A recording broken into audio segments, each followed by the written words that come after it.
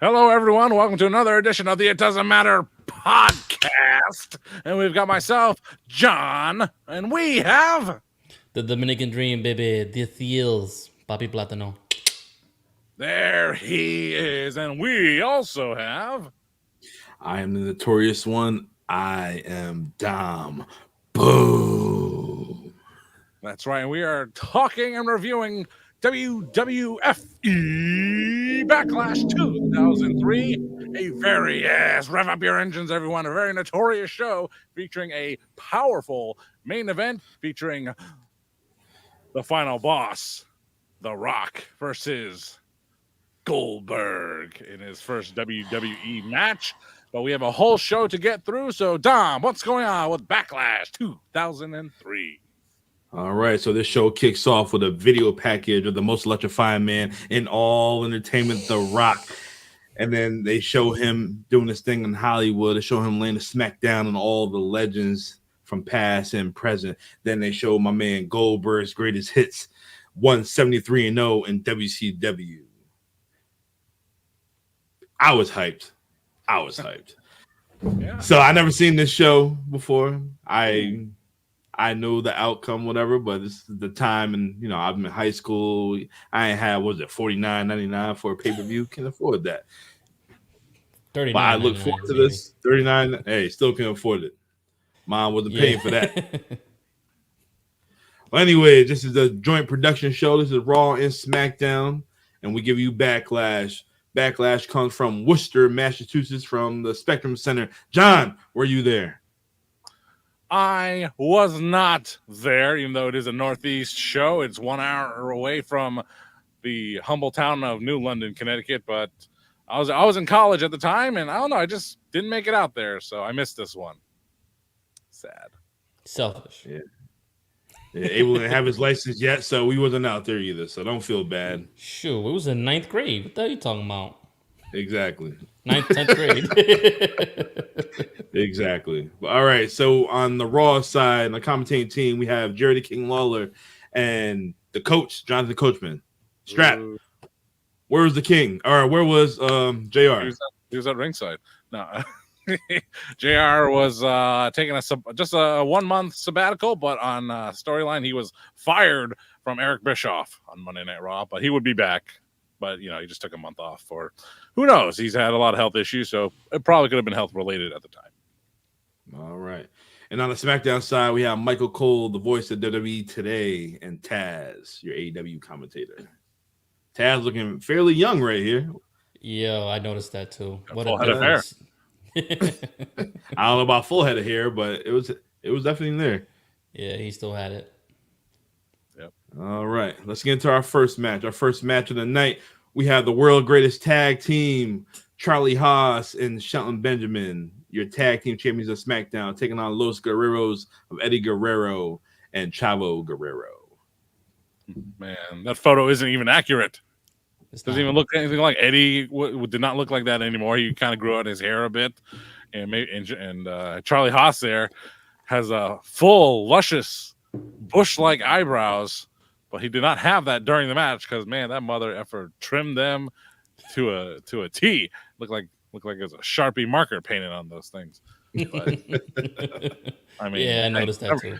Never mind that. How was the match? How was the match? Platinum, what do you think about the match? Usually, at this time, we would get like some cruiserweight opening match, whatnot, but now the tag team route. So what do you think about this match right here? I mean, the tag teams at this time, that was like our tag team, you and me, Dom, if I remember correctly, when we first got to talking as buddies. I mean, you got Eddie Guerrero, who's a future Hall of Famer, and Chavo, he's so underrated. You don't... The older we get, the more you realize how much talent this guy had and wasn't utilized because he wasn't 6'5", 250. Probably could have been world champion in any other company right now in this day and age. But it was a good match. It was a lot of the Guerreros cheating, stealing, and cutting the ring in half more than I would have thought that the world's greatest tag team, which I believe they were the heels, right? But yes. The Guerreros were actually the real heels in this match. And Eddie just playing up to the crowd. This is the reason why he became champion a year later. Is just It was a good match. A lot of entertainment, a lot of smart moves that I didn't expect from them, and I was like, okay. And then you can see the brilliance of Chavo that still to this day, especially with some of the training he does with some of the shows, and I guess he does some stuff in Hollywood too. So for me, it does matter. It got the crowd going, and yeah, John, what do you think? Well, hold on, Rip. Before John gets to it, sorry, John, I mean to cut you off. When the World Greatest Tag Team Angle came out, they came out with a tripod and a photo of Kurt Angle. John, where was Kurt Angle at this time? Come on, man. This is the infamous WrestleMania 19. Brock Yeah. broke Lesnar and broke Angle wrestling each other in the main event to see who could be handicapped the longest. That's where Kurt Angle was, okay? He was Let the people know. Let the people know. He was hurting like a mother. Yeah, Kurt was not. He didn't even know if he could make it to Mania, but because it was Brock and he felt that it was special, and he said, "You know what? For Brock, I'm gonna hold off my surgery and get that last match in." And that's why they brought the that canvas with his picture. So stupid. Kurt Angle. Oh, jeez. Well, to come, yeah. But no. JR is missing from the show. Kurt Angle's missing from the show. You'll notice a lot of other superstars missing from the show, including a match that preceded all of this on Sunday Night Heat.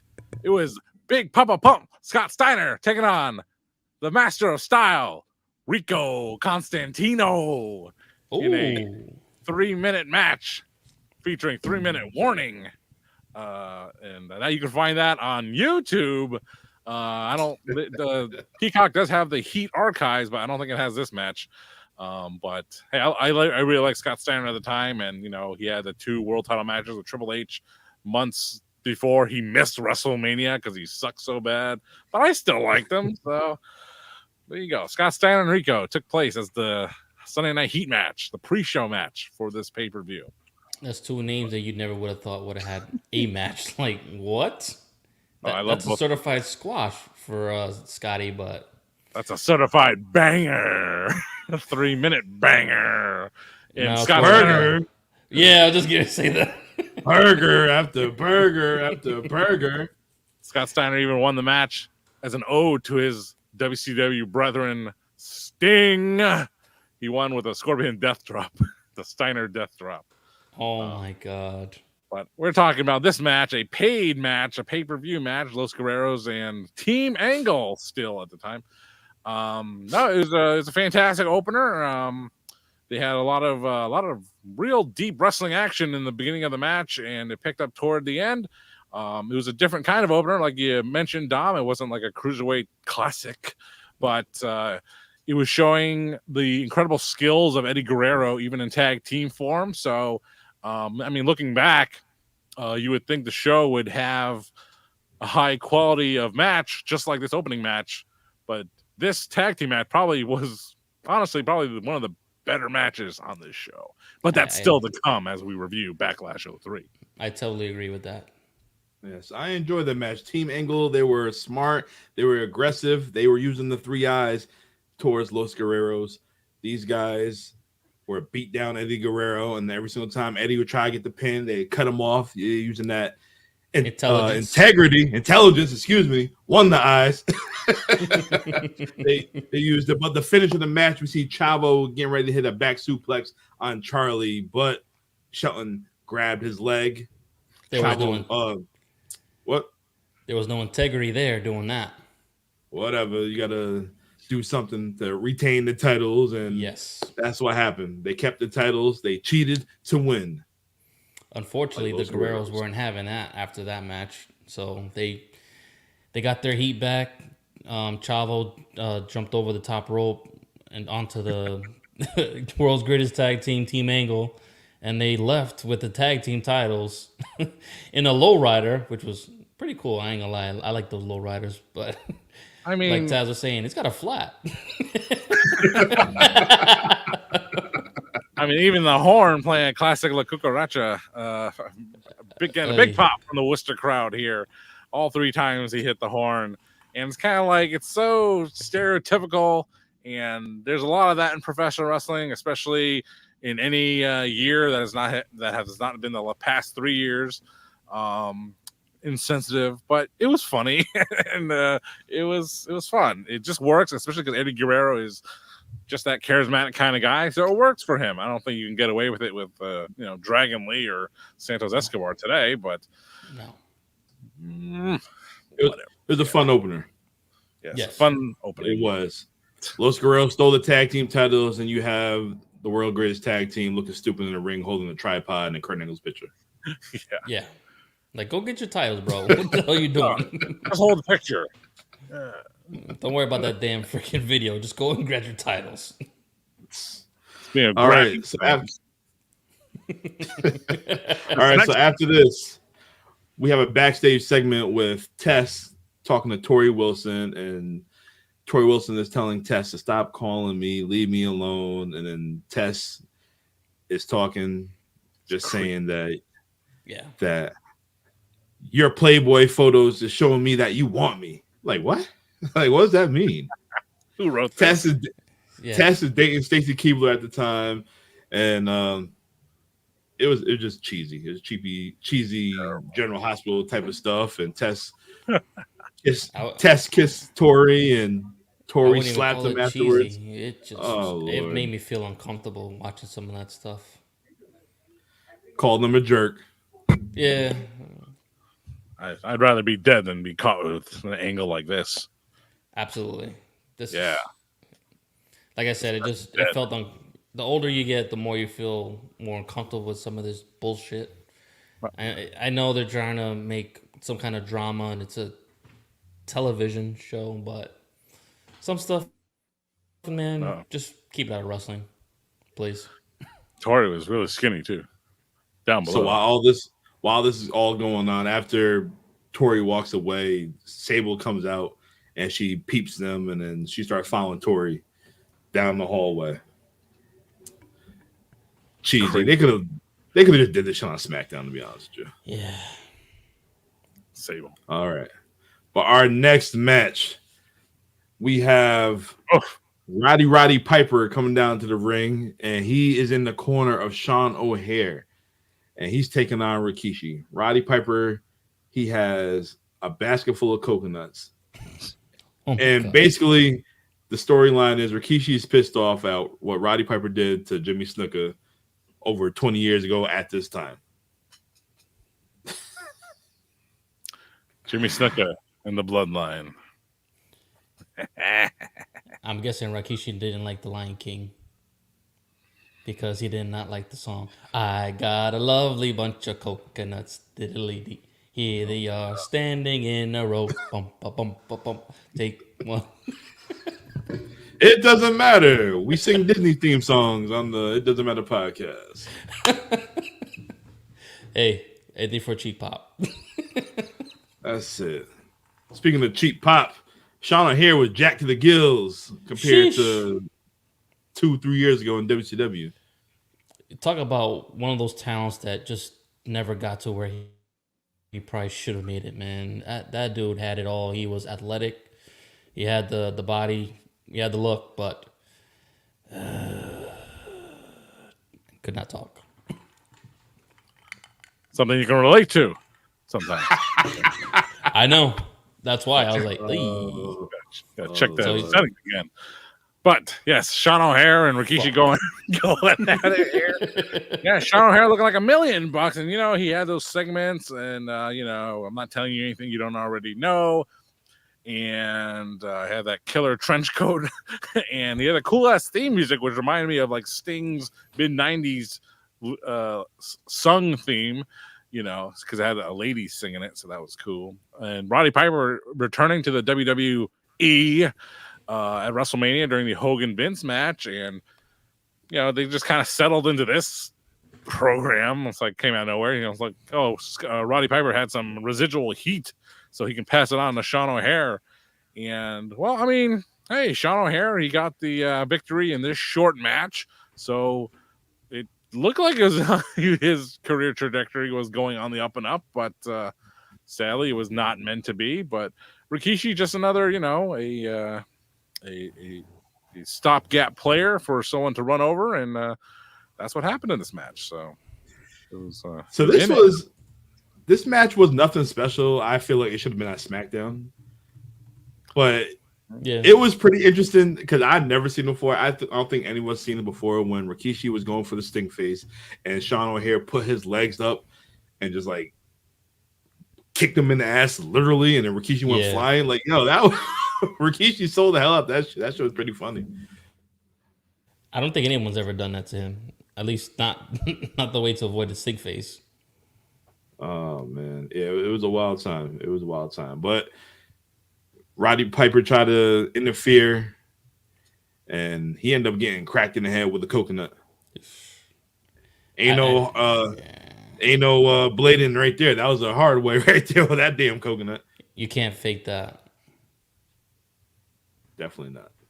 Definitely not. But the only thing about that match I didn't like was so much interference. I was like, I get it. He's trying to help his guy win, but the way he's interfering, it's like, all right, Roddy, you're taking too much away from the match. You are the match right now, and I respect you as a legend, but come on, let these guys work a little bit. But maybe that's what they wanted. So who am I to say? So Rikishi with the win. Yes, Rikishi John, with the win. After this, what happened to Sean O'Haire? He died too. No. Well, we know that. Yeah, we know that. Who knows what his problem was? Maybe mouthed off to the wrong person, something like that. But he wouldn't go anywhere. I mean, he in real life he started doing MMA, and I think he was doing okay at that. And probably a drug overdose of some kind. It's just another tragic wrestling story. But by that time, he was far away from the WWE. So, you know, whatever happened, they stopped pushing him. He disappeared, and he had a not so great end of life. So that's what happened to Mr. Sean O'Haire. Could he have done more? Could he have done better things? Absolutely. But it just wasn't meant to be. Sad, man. That was a big waste of talent. That guy was doing a swanton at his size, just making it look almost better than Jeff Hardy. That's crazy. Swanton. Yeah, Swanton. Swanton bomb. A natural born thriller. Yes, he was. Natural born killer. Lee. All right, so after this, we see Sable backstage in catering talking to Stacy Keibler, and she's instigating the whole thing, telling Stacy that she's seen Tori kissing Tess, and Stacy got pissed off that she tossed her salad. What? But Sean O'Haire wish he was around to see that. Oh, me too. I'm kidding. Oh Lord. All right, but after this, we see RVD and Kane backstage, and they're getting hyped up. Well, RVD's kind of on the he's not cool, he's not calm, he's kind of nervous side right now because he want to keep his title because they got Chief Morley as the special referee. John, tell the people who's Chief Morley. Hello, ladies. He is real ladies. The Big Valboski, Val Venus. That's what Chief Morley is. He'd stick around the WWE for quite a while and got a paycheck for many years. But after the Val Venus gimmick of the Attitude Era, he kind of just floundered for a very long time. Never found a great permanent role, but he was a good role player for many, many years. And I was a fan of his. So, hey, always good to see the Big Valboski in whatever form he's in. I agree. So at this time, was Chief Morley like under William Regal's commissioner or GM or what? He was always with Eric Bischoff as a lackey. So Eric Bischoff had a lot of lackeys around him, and Chief Morley was one of them. All right. I really don't remember this time, but good to know. Probably around the time I wasn't watching either. Yeah, we was in high school. We was out there doing high school things. Like football. I wasn't doing that. Oh, sorry. Why not? Freezy Pops. wasn't my thing. Ninja Turtles fruit pies that were made of custard and vanilla. PlayStation 2, SmackDown versus Raw. Hey, you guys ever remember this chocolate cupcake thing where there was a cartoon bear and the cartoon bear took a bite out of every cupcake and was like, I took a bite out of every cupcake to show you that it tastes good. I think I remember seeing that. So every cupcake that they sold in a 2-pack had a little bite on it. Yeah, I remember that. Yeah. I don't recall that. It doesn't matter. Yeah, but this match does matter because we have Rob Van Dam and Kane going against the Dudley Boys. And for some reason, they kept showing that old graphic, the old Attitude Era tag titles or 80s, 90s tag titles on the graphic. But this right here, this was a fun match right here. It was. Dream, what do you think about this match? Another reason why the Dudley Boys are one of the greatest tag teams, if not the greatest tag teams of all time, man. Just they know how to work. They know how to cut the ring off. And RVD was in a lot of trouble most of the match. And that's exactly how you're supposed to do it. You keep that one man away. You wait for the hot tag for the big guy and let him do his thing. But it's just another level of why I love tag team wrestling. You actually really have to think about what you're going to do during the match and actually utilize the ring to its full capacity. If you're not doing that, then you're not really doing tag team wrestling. So, what the hell is going on, fellas? Guys, what is going on? What is going on out there? What is going on? I don't know. A little technical difficulties. It ain't difficult because this match was excellent. RVD, he had educated legs, educated feet. Harvard, Yale. Which one went to Yale? The one that went outside of Bubba Ray Dudley's head. University of Michigan. He clocked him. Oh man, but yo, it was a good ass match. I love the whole presentation here. I love Kane's entrance. Kane, that pyro when it went off. I hated it every time I was in the arena. I'm not gonna lie. That shit was freaking hot. I thought I was burning my eyebrows. I was like, still here. Still got your shit wasn't looking like Charlie Haas, so you good. Yeah, the for now. Heat. I had that fuego. Yes, but like Platano said, they was working on RVD, but when Kane finally got in the ring, he heats up, and then Chief Morley hits him with a low blow, and then Bubba goes for the pin, but Kane kicks out. And after this, RVD was getting up. Morley just clotheslines RVD, or he tried to clothesline RVD, but he misses and hit Bubba Ray Dudley. And then Devon, he gets pissed off. Then after that, them two are bickering, and then Morley throws a punch, but then Devon just goes right at him. And then after this, Devon lays it in. Bubba gets up. 3D. And then for some reason, Strap's going to fill me in. Why the hell did Lance Storm come out of nowhere to take out the Dudleys? Well, Lance Storm, it's WrestleMania 19. It was a dark match. I mean, Lance Storm and Regal, they faced RVD and Kane for the tag titles in the pre-show for WrestleMania 19. They didn't make it to the main card, so they were still, relatively feuding with each other, and them and the champs and the Dudleys would just keep fighting each other, throughout Monday Night Raw's feud. So they obviously had some unfinished business, and that's why they interfered. So it picked up from a dark match. Continue on.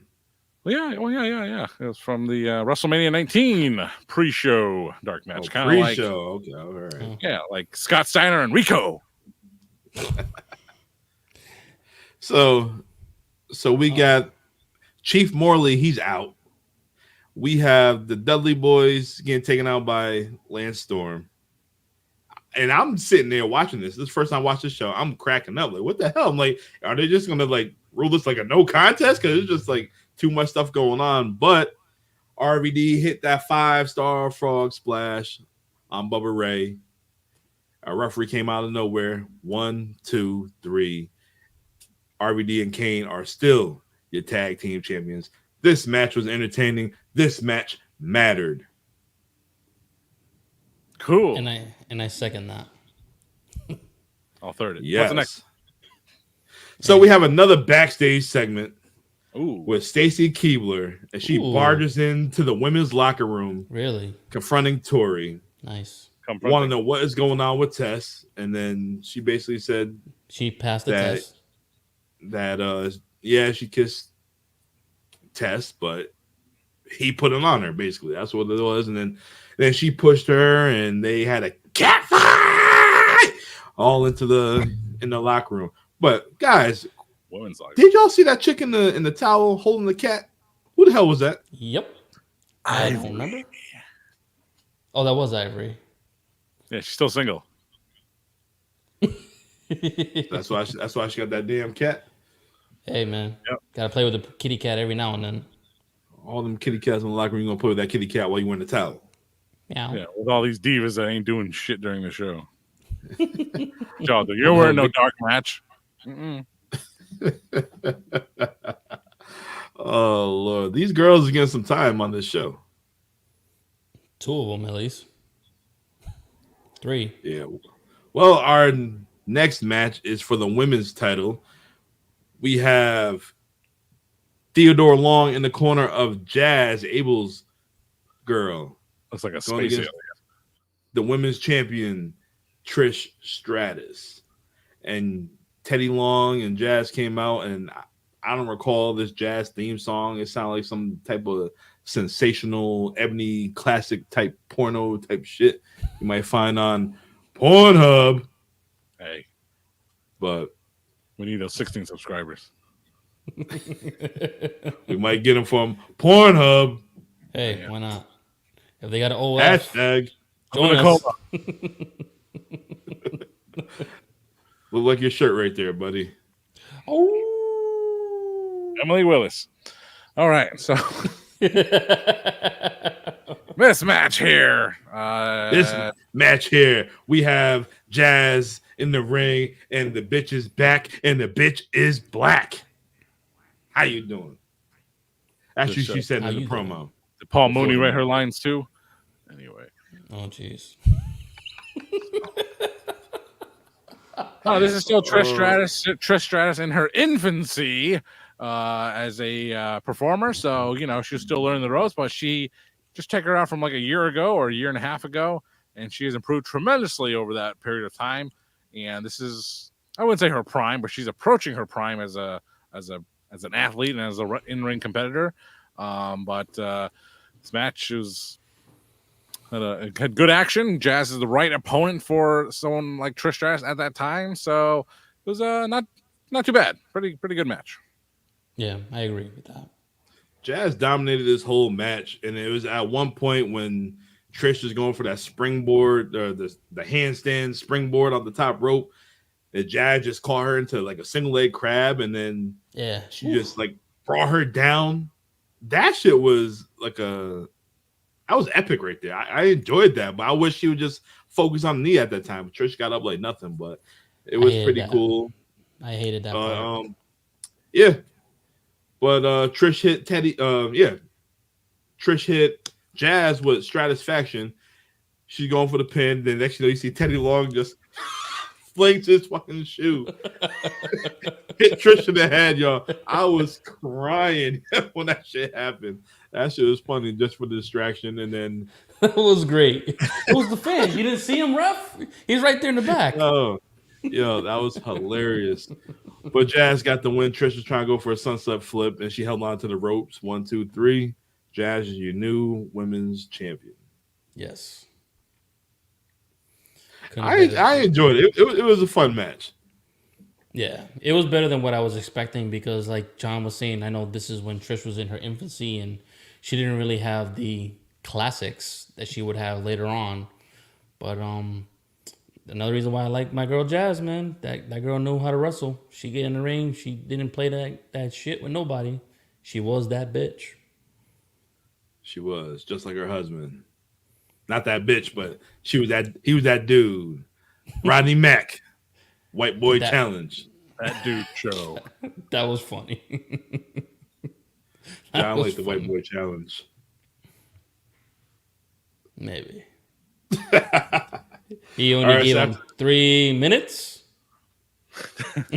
Did somebody just last 3 minutes? Anyway, what's the next match there, Dom? Well, we have another backstage segment. There's a lot of backstage God. segments in this shit. Jesus. We have Booker T with Shawn Michaels and Big Daddy Cool, Kevin Nash. And Booker T asked Shawn Michaels, "Are you ready?" HBK said he is ready. Then Booker T said, "But is he ready?" Talking about Kevin Nash. Nash said, "Don't you worry. I'm ready. I'm ready for Triple H." Question, Strap. What? So in 2002, the NWO debuted in the WWE at No Way Out. And we know WrestleMania 18, we know Scott Hall went against Stone Cold Steve Austin. We know Hollywood Hogan went against The Rock. But Kevin Nash was injured at this time. Was this his first match back since this time period? That's such a weird time. I don't think Kevin Nash was injured, but I think he's such a loyal friend to Scott Hall that he gave him the spot. Or it didn't make any sense to me. I thought the bigger match would be Steve and Kevin Nash, but whatever happened, it was Scott Hall. I mean, Scott Hall was notorious, but maybe it was a Vince McMahon call. Vince McMahon knew that Scott Hall was a better wrestler than Diesel was. So, it's so many what ifs, man. But Kevin Nash, no, this was not his first match in his post and No Way Out. He actually wrestled The Rock in wearing jeans on SmackDown around the WrestleMania X8. So, no, this was not his first match back. All right, check that out. But wow, all right. But after Backlash 03, when did the formation of the new NWO with Booker T, Shawn Michaels, Kevin Nash, and X-Pac? That was the year before. Big Show. That was 2002. This is 2003, bruv. Yeah. With Booker T in it? Yep. And they kicked him out maybe like a week or two later. He didn't last that long. You're playing that. All right. So that's why Booker asked, "Is he ready?" Yes. My favorite game I play, 1 year ago, 1 year in the future, 1 year in the past, the NWO thing was 1 year ago. As a matter of fact, around June or July of 2002, when Kevin Nash tore his quad in the ring, in the very next week on Raw, Vince McMahon comes out to the NWO music and he says, "That is the last time you will ever hear that music," because he disbanded the NWO. Because what was the point? It was just Shawn, X-Pac, and Big Show at the time. He was like, and he said that. I when they say things in wrestling, I believe it. You shouldn't, but they're like, that's the last time you'll ever hear the NWO music, which is a lie because at least 12 years later they would play that music again. So not everything, no stipulation lasts forever. Never say never in the world of professional wrestling. I mean, I don't know. There's things I like. I like other things that other people find crappy. I love Lex Luger. We love Psycho Sid, that big dummy. I love Kevin Nash, and I try to find all his matches in this era of him because he wasn't Diesel anymore. He was just Kevin Nash, and he wasn't treated like anything great. Him and Shawn Michaels, man, they were the dudes with attitude in 1995, and they had a Monday Night Raw in August of 2003, right before the SummerSlam, and they reunited. Diesel and Shawn Michaels, they reunited as the dudes with attitude, and they did their entrance, Diesel with the arm and in the ring like that. And maybe some people didn't care, but I cared. It mattered to me, damn it. But Kevin Nash, he just didn't have many good matches. He wrestled Jericho on Raw. He lost a hair match, and right before he went to SummerSlam. I mean, look at that SummerSlam. Jumping ahead a lot. The SummerSlam Elimination Chamber match with Goldberg, Michaels, RKO, and whatever. Think who was in that Elimination Chamber? Kevin Nash and Goldberg. Hello, the Starrcade 1998. Come on, guys. And even Spring Stampede, the show we just did not too long ago. Kevin Nash and Goldberg, man. They were both in the Elimination Chamber. Maybe they shook hands one time in that match. Jeez Louise. Damn. But Kevin Nash did not have many great moments as Kevin Nash. And he would even have 2 more matches with Triple H after this Backlash pay-per-view. One was just a straight-up match, and then they fought in a Hell in a Cell, and Mick Foley was the referee at Bad Blood 03. And then, Kevin Nash, Yeah, that's right. There The goes. DOA, Brian Adams and Chains and 8 Ball and Skull. Love those guys. But years later, Kevin Nash was supposed to fight CM Punk. But then, like Kevin Nash had a heart attack or something. He would face Triple H in the TLC match December 2012. And Kevin Nash could not take a pedigree. What the hell's going on here? Backlash 03. Strap facts, guys. Strap facts. This is the man right here. All right. Well, our next match, we have David versus Goliath. We have Power versus Speed. We have the Big Show taking on Rey Mysterio. Look at that. Yep. That's a sight for sore eyes. Look at that. CM Punk is on the bottom right. You see him right there? CM Punk. Sleepiest in the world. Oh, man. Not a lot of but diversity, guys, this match right here, Show had his way with Rey Mysterio. Rey did everything that he possibly can do, but Big Show, that's how you're supposed to wrestle Big Show. Every single night, you're supposed to control the whole damn match. Rey was outside of the ring. He palmed this man by his head, just picked him up like nothing, man. It was crazy just to bring him back into the ring. That's what you're supposed to do. Yep. But, Rey, being quick and whatnot, he's going to find his way. And for some reason, Big Show pushed the ref and Rey hit him with a chair. And then 619 to the gut, 619 to the butt. That's 1857 right there. All right, another 619. That's 1857, as my man Taz would say. But, Rey goes for the West Coast pop, but Big Show catches him. Bang! Choke slam. Big Show flipped for that? Holy shit. Oh, God. That would have been a sight for sore eyes right there. He could do it, though. That's the crazy thing. He could do it, yeah. That is the craziest thing.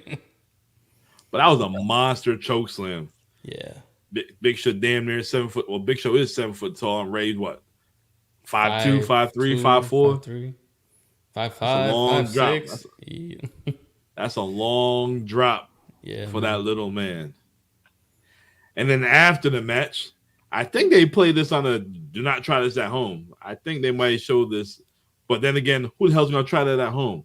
Let me put you on a stretcher or on the backboard of a stretcher while you're all tied up, pick you up like nothing. Rey just, help me, please. And then, wham, right to the turnbuckle. Yeah. That's crazy. Like, that's a scene you don't see anywhere. That's too bad you don't have the fucking it's so graphic, we're not going to show it here. It's yeah. Don't try it at home. It's one of those things when you see it for the first time, you're like, what the hell just happened? It's an accident. There's no way. But then you look at the monster doing it, you're like, yeah, that's possible. He wasn't thinking, man. He wasn't thinking. Big Show wasn't thinking. Paul White, the man behind the show, was not thinking. So when he whacked Rey Mysterio on the paramedic board there, and Rey had to fall on his face. Oh, man, it's just a bad time all around. He got reamed out for it, though. Vince McMahon was like, I'm going to put you in embarrassing angles for the next 15 years. Yep. So, thank God that wasn't Mark Henry doing that. He probably would have snapped the board in half with his strength, man. Whew. Seriously. Yeah, Mark Henry's a different beast, man. I know Big Show is a big dude and strong, powerful, but Mark, yeah, there's a reason why he's the world's strongest man. That's right. All right, so after this, we have a backstage segment of Chris Jericho, Triple H, and the Nature Boy, Ric Flair, and they are with Lillian Garcia, and Triple H said that he is going to deal with Kevin Nash, and Chris Jericho is going to make HBK, Shawn Michaels submit to the walls of Jericho, and Booker T, you're going to have to deal with the Nature Boy. Woo! Woo! I love it. Yeah. Love the Nature Boy. It's just crazy because just knowing how the rivalry between Chris Jericho and Triple H, how the hell y'all tag team? That's the first thing I was thinking too. I'm like, damn, they just do this shit together. Like, Yep. What match? Strap. What year was it that Jericho and Triple H at WrestleMania? That was This 18? year. The year prior. Now listen here, man. So dig this, Brother. You know that big thing with Triple H coming back at Madison Square Garden, you know, with the U2 theme song and all that jazz, right? Yes. And it was a big deal. He went to He won the Royal Rumble, went to WrestleMania to face Jericho in the main event. That was not the main event. Rock Hogan. Think about the end of the year again, and this was the time when he was facing RVD, you know, and he was in the first Elimination Chamber, and people hated his ass by that point, you know. They were tired of him. They were tired of the game Triple H. But 12 months earlier, oh my God, he's back. Thank God he's back. You know, he was so beloved. And within a span of 1 year, man, boo this man. He did turn on Shawn Michaels in the summertime, but yeah. But yeah, you know, their big Triple H and Jericho's big feud was in 2000, but it main evented WrestleMania just 1 year earlier. Crazy. You know what's crazy? Chris Jericho's mustache or his goatee. That shit was terrible. Looking like all them damn facial styles you had. No Diddy. It was terrible. Tree. Yes, he had a learning tree to go through. You know, I had memories of this 6-man. Are we getting there yet? We're getting close. We're getting close. We're like 2 matches away.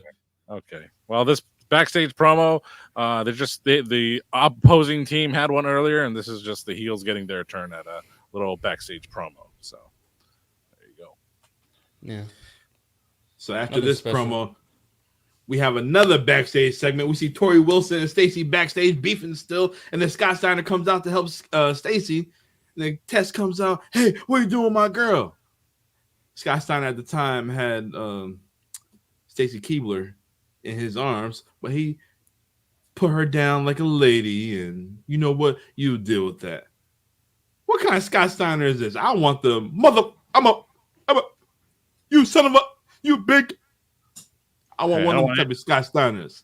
Get bleeped out. He was all calm. Strat. Did Seth? I'm about to say Seth. Did Test and Scott have a match after this?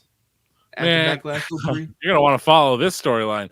So in the beginning, yes, Scott Steiner was a baby face, and he was with Stacy Keibler, protecting her from the big bad booty Test. You know, the big bad guy Test, and they'd be heel and face, and they'd be facing out. And then they became a tag team, and then they both abused Stacy Keibler. Oh my God! What the hell? That's the storyline. I don't. There's a twist in there. I don't remember, but that's what happened. And oh my God, jeez! That's all I gotta say about that, man. Wow. Yeah. And why am I not surprised? Hey, I met Scott Steiner that September at the WrestleMania 20 on sale, a pay-per-view he was also not on, but went to New York City before GPS, before cell phones.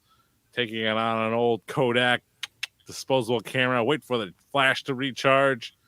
What a time. What a time to be alive. I'd rather be here now instead of then in some ways. But yeah. So was Scotty only back for what, a year or so? Or 2 years? Yeah. He kind of disappeared right before WrestleMania 20. So 20. Wow. Yeah, 2004. So wow. 1 year contract. So sad. You know, when he came in, he debuted against Triple H, but he had some terrible ass matches. That's why he got de-pushed. And, you know, they could have used him in so many other feuds and things like that, but he was just stuck with like the likes of, you know, Hurricane and Test and Rico, those guys. So he never reached the main event level in the WWE. Terrible. I remember the whole bodybuilding posing and that was a Mohegan Sun. And then the arm wrestling. I remember all that joint. That's crazy. Oh Lord! Triple H looked small for once. I was like, "Holy shit!" This was at the Mohegan Sun Monday Night Raw. They set up this weightlifting bench thing right there, right on the side of the stage, and they're like, "Tonight, Steiner and Triple H weightlifting competition," and that set is right there the whole time. They come out. Scott Steiner comes out. I ain't doing no weightlift challenge. Triple H, fight me like a man in the ring. They had this thing set up for no reason. So dumb. So stupid. Yeah, Mark Henry set it up. Oh my god. Oh jeez. What's the next match on Backlash 03? All right, so our next match is for the WWE Lord. Championship. We have Brock Lesnar going against John Cena, and this is not the Brock Lesnar that we know from Suplex City, and this is not John Cena that we know now. This is the rapper John Cena, and so they had a tournament on who's gonna fight Brock at Backlash. So John Cena defeated The Undertaker, he defeated Eddie Guerrero, and he defeated Chris Benoit to become your number one contender to face Brock Two dead Lesnar. men.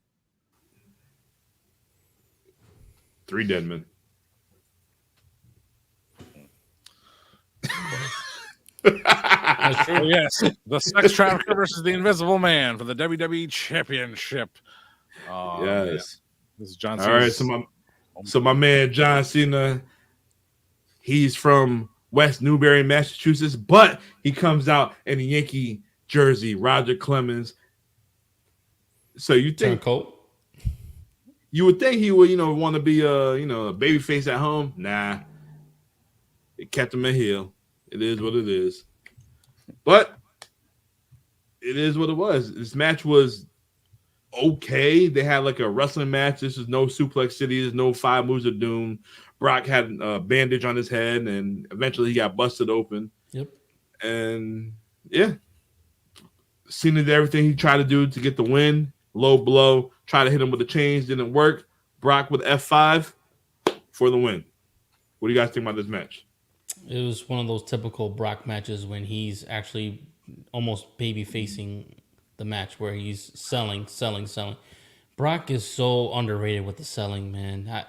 I've told you plenty of times, that dude is in my Mount Rushmore. Someone's getting kicked off, and Brock's going to be on that, as far as I'm concerned.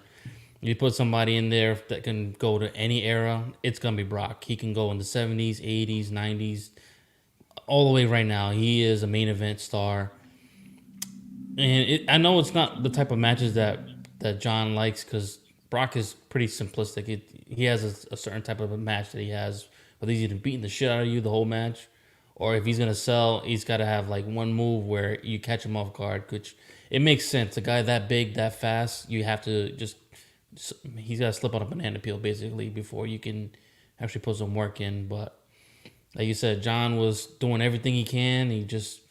He wasn't that guy yet. Vince didn't see him as that champion, even though they were hinting at it. Even in the commentating, they're like, yeah, he's doing everything he can to win that title, but he just fell short. But he will be one day. I'm like, yeah, little do you know.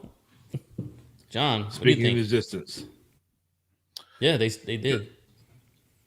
It's sometimes you don't want to watch wrestlers before they were superstars, but sometimes you do. But this was the first big stage moment for both of these guys. I mean, hell, they started at the same time. Where's Randy Orton and Batista and all this? Well, they were both hurt. But yeah, this is, I mean, watching it with modern eyes, it doesn't make any sense. It's bizarro world. But if you watched it at the time, you just have a young Brock Lesnar. He's supposed to be the dominant guy. He's still new to the company. John Cena, the hot young upstart, it's kind of like having a career where they're just going to erase it, because once they start the super push, they'll just like, this happened? No, it never happened. Erase from history.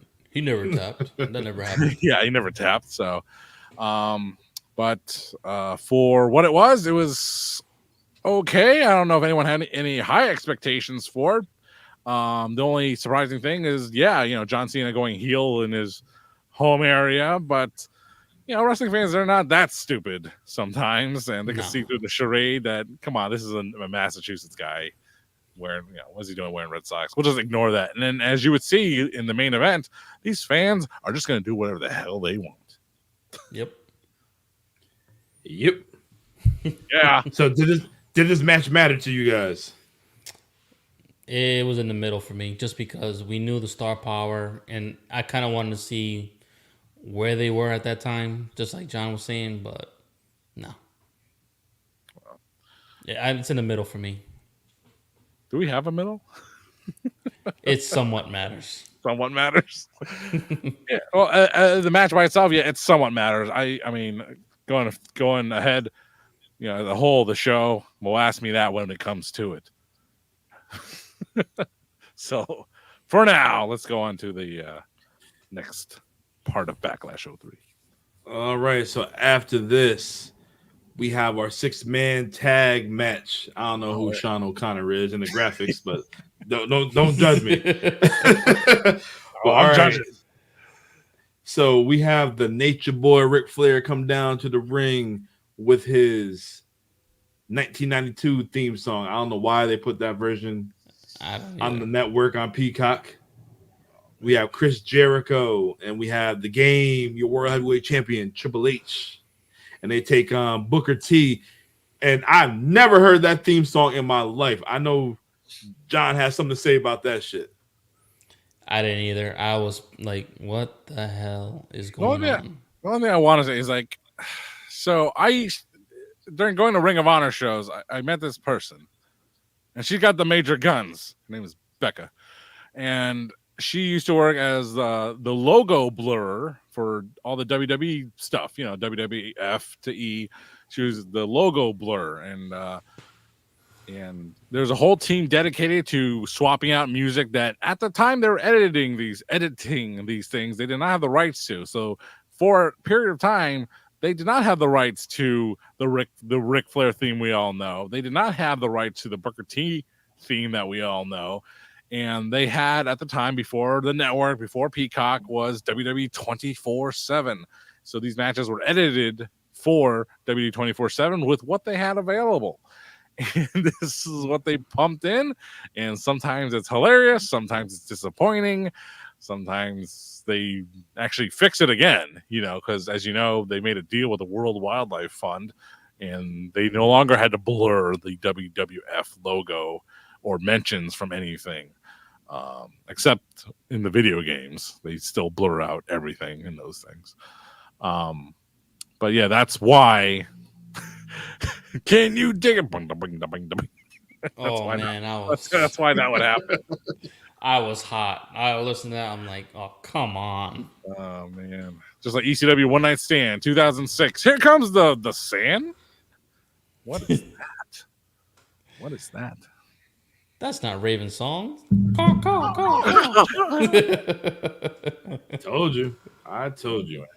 Anyway, yeah. 6-man tag team action here. All right, so we got Booker T, Shawn Michaels, and Kevin Nash going against Triple H, Ric Flair, and Chris Jericho. And you know what? Kevin Nash at this time, he looked phenomenal at this time. He looked like Kevin Nash back in WCW, but he was only in the match for maybe 5 minutes, because I feel like the match kicked off with Shawn Michaels going against Chris Jericho. It was good. Next to Booker T and Ric Flair got in the ring, and Triple H got in the ring after that. And then when Kevin Nash finally got the tag, he didn't know what the hell to do. That's what it looked like to me. It seemed like he just did all his signature spots: the back elbow into the corner, the thighs to the stomach. I don't think we've seen the big foot into the corner. I don't think we've seen that. Might have seen one sidewalk slam or whatnot, but it was like he looked dazed, like he didn't know what to do. Like, all right, like I'm winded, but it was a good match. Everybody got their spot in. Everybody got their signatures off, and the finish of the match, Kevin Nash is getting ready to Powerbomb Jericho. Yeah, jackknife. Yep. Yeah. Through the table on the outside area, announce table. Oh, in the ring. And in the ring. Well, no, because remember he had a table set up. Well, he's gonna put Triple H through the table. Yeah. And then Shawn Michaels was gonna beat up inside the ring. So Kevin Nash stopped what he's doing. Went to the ring to go help his buddy. Get ready to jackknife Chris Jericho, and which he did. And then Triple H comes in with his old reliable, his sledgehammer. Boom. That too. Goddamn TOA. That too. Boys for life. 1, 2, 3. The heels, Chris Jericho, Ric Flair, and Triple H, your World Heavyweight Champion, with the win. What do you guys think about that match? It is a lot of chaos for me, just because it's a 6-man. It's tough to try to keep the action once it starts going in and out. But I like the way it started off with HBK and Jericho. You can't go wrong with those two at that time. Those guys were probably the best wrestlers of that era and that time. But like you said, Kevin, he did look like he just didn't want to do anything, or he played his hits and that was it. Maybe because he hasn't been in the ring for so long, or he had a little bit of ring rust. It's possible. Plus, he's a big guy. It's like he's not selling for nobody. Are you kidding me? He's 7 foot. I'm not getting up and down. No way. I respect that. Even though I didn't like Kevin growing up, but now seeing some of the matches, I respect him. I get why he did what he did. I know you call him overrated in one show. Yeah, and I said I eat crow, man. After watching that match with was it with Sid or I forget what match it was on WCW. Sid's coming soon. It was Kevin Nash Goldberg 2. I said, all right, I'll eat crow. He got me. So if Kevin Nash want to work, Kevin Nash will work. It's got to make sense for him though too. Kevin Nash is always like, I want to wrestle a realistic style. Like if this is a barroom brawl, like for real, I would wrestle. I'm like, oh yeah, then why does your forearm show so much light? Yeah, like that. His forearms are all like that, barely touching the guy. I mean, he would hurt you as much as Hulk Hogan would hurt Bam Bam Bigelow. It would not hurt you at all. No, it'd be like Hogan with the chair shot. You'll be fine. You'll be fine after watching this match. High expectations, a lot of talent in the ring, klutzy finish, but it was a finish designed to build to those other two matches I was talking about at Judgment Day. Kevin Nash and Triple H for the world title. Then that one had a piece of crap too, which led to their other match at the Hell in the Cell. So this tag team match was designed just to get some stars in there and promote more Kevin Nash Triple H matches. So for what it was still underwhelming. I wish there was more to it. I mean, trios matches can be awesome. This was not one of them. Where the hell were Top Flight and Action Andretti? Okay, all injured. All not born yet. That's true. Ayo. Damn, that's great. Ayo. All right, but here we go. Main event time. We have the most electrifying man in all entertainment, The Rock, my man, taking on my other man from from WCW, Bill Goldberg. Oh. This is a dream match. This match should have taken place at Invasion, but they couldn't get it booked. Rock is doing some things, and Goldberg, he was getting paid already. But, before The Rock gets into the ring, he cuts a promo with Terry Runnels, and he's getting hyped, basically saying that he's not scared of Goldberg, and he's going to do what he got to do, and he's going to whoop Goldberg's ass. It was a good-ass promo. It was a fun promo. It was funny promo, too. Like it was a funny promo. Don't you laugh! Don't you laugh! Well, Rock always got to do something to just pop the guys. I gotta love this fucking guy. Yes. So the match starts. They're staring at each other, going back and forth. But Goldberg, being Goldberg, he hit him with a rock bottom, hit him with a spear. Speared the shit out of him again. Yeah, twice. The Rock sold that spear. But long story short, The Rock took a rock bomb, 3 spears, and a jackhammer for the win. Or Goldberg gave all that to The Rock for the win. Yeah. But the fans were all Team Rock. This is WWF going against WCW. Goldberg is your good guy. The Rock is your heel. And everything that The Rock did, they were hyped for The Rock right here. This match right here was kind of like it was the beginning for Goldberg, but it kind of went downhill for him because the fans weren't feeling him at this time. I was, but still. No, I think what it is the whole loyalty with WWF and WCW. It's like, oh, another one of these guys trying to take one of our guys' spots. We're not going to let that happen. So we're just going to boo him. and Goldberg let the crowd take over, and unfortunately, it ruined his run. He probably could. Even Earl's like, well. Earl is Chinese.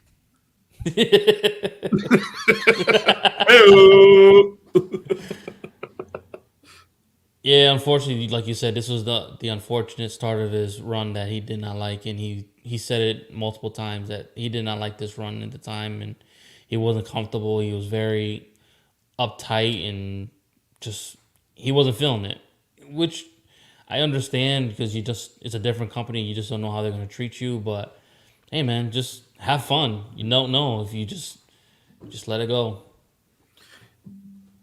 Crazy. So we get Scott Steiner in WWE for a year. We get Goldberg in WWE for a year.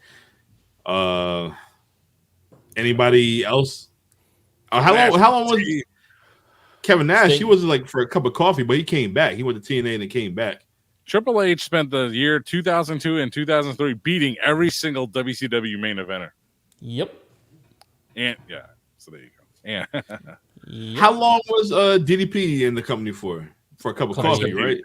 Like DDP April 02 because he got injured by Hardcore Holly after WrestleMania X8. No, you're right. See, that's why you strap facts. Yeah. Yeah. So, Strap, what do you think about this match, though? I mean, as a Rock fan, if you're a Brock Lesnar fan and you like Brock Lesnar stuff, I'm a Rock fan. I like Rock stuff. Of course, I like him overshadowing Billy Bitch Cakes over here. And, I like Goldberg too, but Whisker Biscuits, he's just not going to cut it to the WWE audience. No. And The Rock just completely overshadowed him. Was it the most professional thing to do? Perhaps not. I mean, Rock was trying. He wanted to put over Bill Goldberg, but The Rock just couldn't help himself. He is the most electrifying man, so he had to do what he had to do. But how was the match? Could you watch it over and over again throughout history? I say you could, because you will find you know what happened. You know what happened to Goldberg's run, and he would come back and he would have a better run and then fuck it up. But whatever. So the Goldberg's 1 year run, as up and down as it was, it had brief moments of greatness, and I would count this as one of them. It was a good performance, so you could watch this match. It's very entertaining for, like I said, many different reasons. Yep. So it definitely does matter. So there you go. Definitely does matter. It definitely does matter to me too.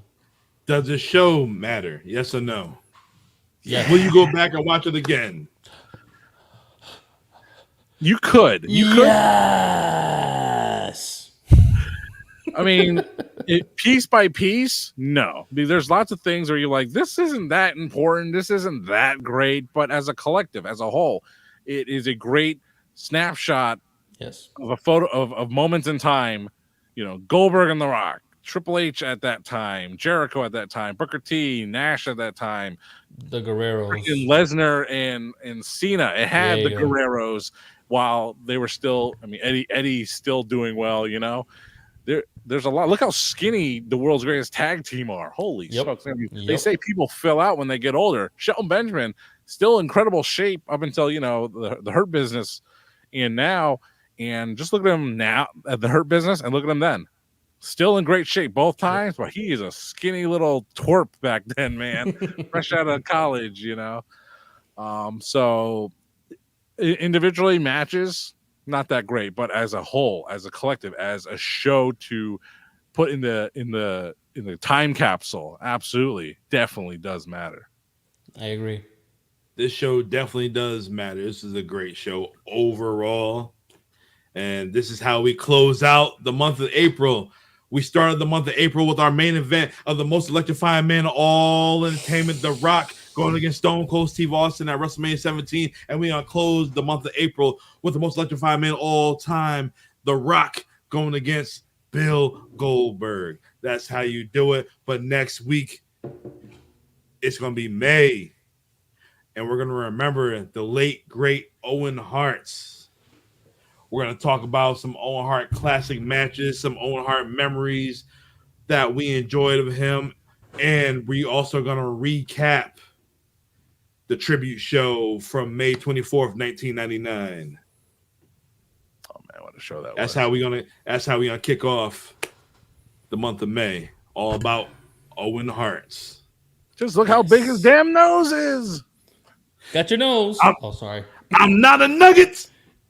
No, but I am a plushie. Gross. I just want to thank the Martha Hart Foundation for this, though. I've always been a Owen Hart fan, and being one of the 250 guys that actually got this, thank you. So, and thank you AEW for allowing Martha for this, because we know she did not give a damn about wrestling once her husband passed. So, again, we're gonna pay tribute to him properly, and thank you. Stop cursing. Dom. Yeah, man. Jeez. What? Stop driving those biker boys out there. Yeah, I know John after this is gonna play Owen Hart in AEW Fight Forever for what, $19.99 at Walmart now. Oh, really? Proceeds going directly to someone. The little Jimmy Shoe Fund. There you go. That's right. All right, but until then, I'm the Notorious One. I am Dom. I am here with Poppy Platino. I'm here with the man with all the facts, strap facts, that is. And we will see you next month. We will see you next week. We will see you with a new episode of the It Doesn't Matter podcast. Boom.